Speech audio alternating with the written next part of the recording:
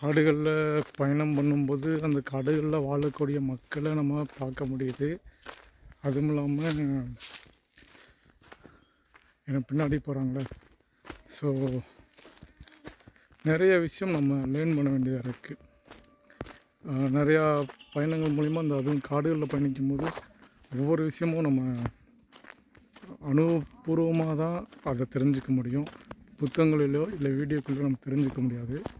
ஏன்னா ஒரு புலியை எடுக்கிறதுக்கு எந்த மாதிரியான மெத்தடு ஃபாலோ பண்ணுறாங்க, அது ஒரு ஜாப்புன்னு பார்க்குறாங்க இந்த மக்கள்.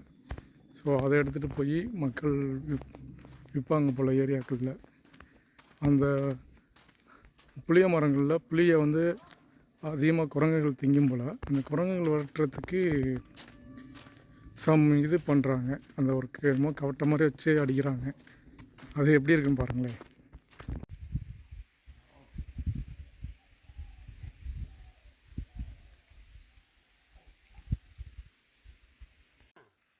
மர கணக்குள்ள அதெல்லாம் 50,000 ரூபாய்க்கு வாங்கி வச்சுருக்கான். காட்டில் புளிய மரம் இருக்குது. ஸோ இந்த புளிய மரங்கள் பார்த்திங்கன்னா புளி எடுக்கிறதுக்காக நம்ம ஆட்கள் வராங்க. குரங்குகள் அதிகமாக சாப்பிடாமல் இருக்கிறதுக்காக குரங்குகளை விரட்டிகிட்ருக்காங்க.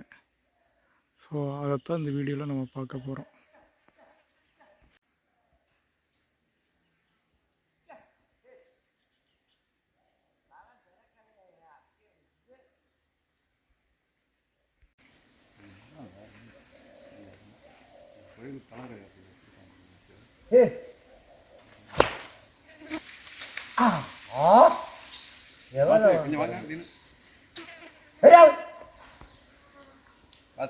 அந்த ஒரே செகண்ட்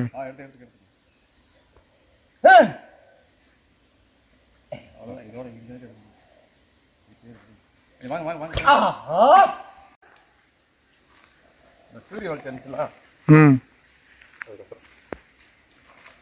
போலாம் ஓய் அவர்